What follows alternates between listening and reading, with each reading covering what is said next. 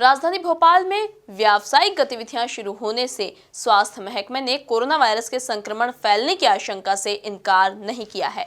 CMHO Prabhakar Tiwari ने बताया कि कोरोना वायरस के उपचार के लिए स्वास्थ्य विभाग पूरी तरह तैयार है। देखिए इस रिपोर्ट में।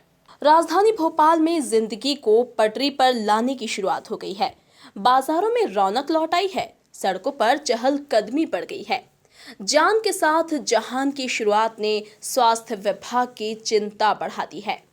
कोरोना संक्रमण बढ़ने की आशंका के चलते स्वास्थ्य विभाग ने तैयारी भी कर ली है। सीएमएचओ प्रभाकर तिवारी ने बताया कि अगर राजधानी में कोरोना से जुड़े हुए ज्यादा केसेस आते हैं तो मरीजों को लक्षण के आधार पर घर पर ही इलाज करने का सिस्टम बनाया जा रहा है।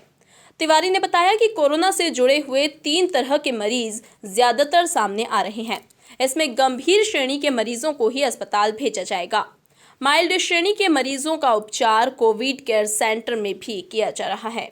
निश्चित तौर पर अब लोगों के आवागमन बढ़ेंगे तो ये आशंका हमें भी है कि केसेस में कुछ बढ़ोतरी हो सकती है। उसकी तीनों तरह की हमारी तैयारियां हैं। हम लोग तैयारी कर रहे हैं कि अगर आवश्यकता पड़े तो हम सैम्पलिंग अपनी बढ़ा सकें। सैम्पलिंग बढ़ने से अगर मान लीजिए कि केसेस बढ़ते हैं तो उनको हमें भर्ती करके ट्रीट करना पड़ेगा। अब जैसे नई शासन की गाइडलाइन है जिसमें हम पॉजिटिव मरीज़ों को होम आइसोलेशन में भी रख सकते हैं। उसके बाद अगर एसिम्प्टोमेटिक मरीज़ हैं तो उनको जो CCC है हमारे कोविड केयर सेंटर्स, उन कोविड केयर सेंटर्स में रख सकते हैं।